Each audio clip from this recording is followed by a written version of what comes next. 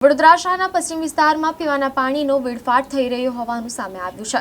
હરિનગર 4 રસ્તા પાસે પીવાના પાણીની લાઇનમાં ભંગાણ સર્જાતા હજારો લીટર પાણી વેડફાઈ રહ્યું છે। ભર ઉનાળે એક બાજુ અલગ અલગ જગ્યાએ પીવાના પાણીની સમસ્યા માટે વિરોધ કરવામાં આવી રહ્યો છે, તો બીજી બાજુ પીવાના પાણીના આવા બગાડના દ્રશ્યો સામે આવ્યા છે। આ હરિનગર વિસ્તાર છે, આપણે હરિનગર બ્રિજ છે, તમે જોઈ શકો છો અહીંયા આગળ હરિનગર બ્રિજ છે અમરપાળની સામે, અને ખાસા 4-5 દિવસથી આપણે પાણી આગળ વાલમાંથી પાણી લીક થાય છે, અને આવતી જે પબ્લિક છે એમાં હેરાન થઈ રહી છે।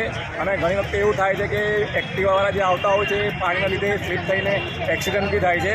એટલે અમારા કોર્પોરેશનને વિનંતી છે કે વહેલી તકે આ પાણી બંધ થાય, કેમ કે લોકોને અત્યારે ગરમીમાં પાણી મળતું નથી, અને એના કારણે આ પબ્લિક જે છે હેરાન થઈ રહી છે।